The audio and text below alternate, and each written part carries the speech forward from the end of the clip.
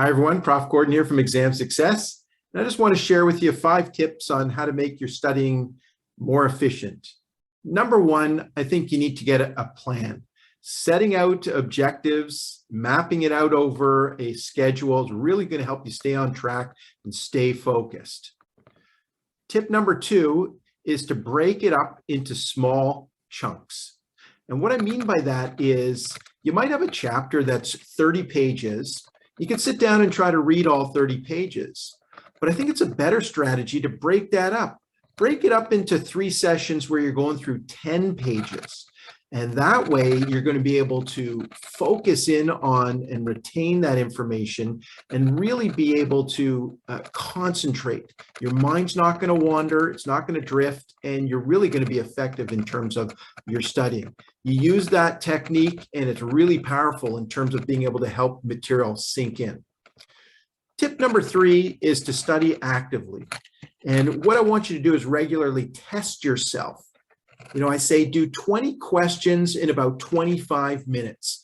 That way you're going to be testing yourself under strenuous circumstances that could mirror the exam.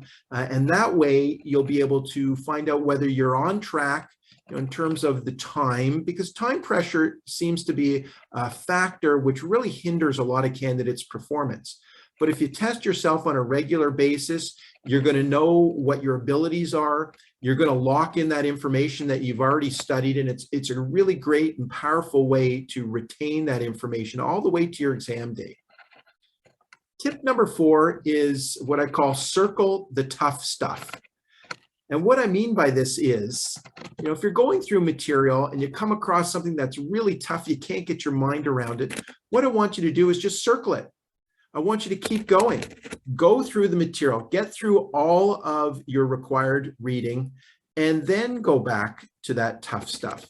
A lot of candidates enter into a roadblock. They get stumped, and then they don't even get on to the other material.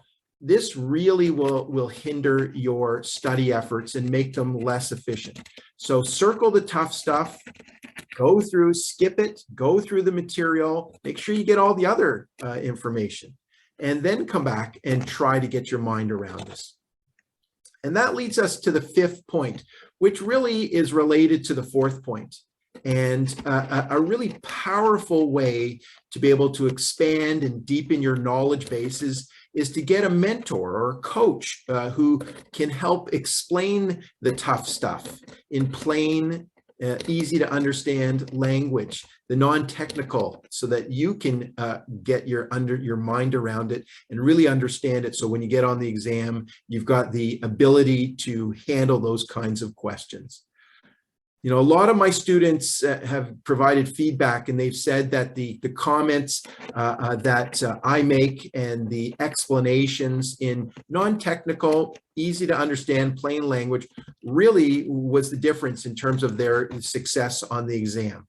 And I really take that to heart, because that's what I'm trying to do, is help people pass their exams and build a rewarding career in the financial services industry.